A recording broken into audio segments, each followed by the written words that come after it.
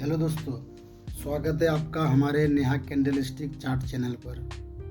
दोस्तों, आज हम समझेंगे हेड एंड शोल्डर पैटर्न कैसे काम करता है चार्ट पर। क्योंकि आज का मार्केट में परफॉर्मेंस अच्छा था तो हमें समझना बहुत ज़रूरी है। तो चलिए दोस्तों शुरू करते हैं। ये एक ट्रेंड रिवर्सल पैटर्न है जो अक्सर मार्केट का ऊपर से नीचे आने का टाइम पर बनता है। इसमें पहले बनता है लेफ्ट साइड शोल्डर, फिर एक बड़ा सा हेड और उसके बाद एक राइट साइड शोल्डर। जब प्राइस अपनी निकलाइन तोड़ता है तब मार्केट में अक्सर बड़ा डाउनफॉल देखने को मिलता है।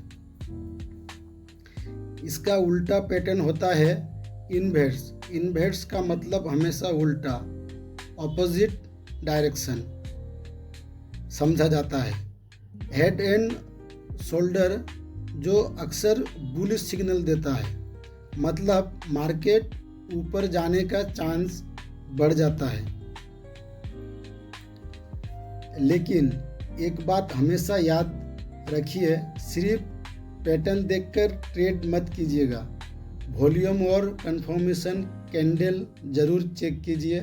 अगर निक लाइन ब्रेक स्ट्रॉन्ग वॉल्यूम का साथ होता है तो ट्रेड काफ़ी सक्सेसफुल हो सकता है।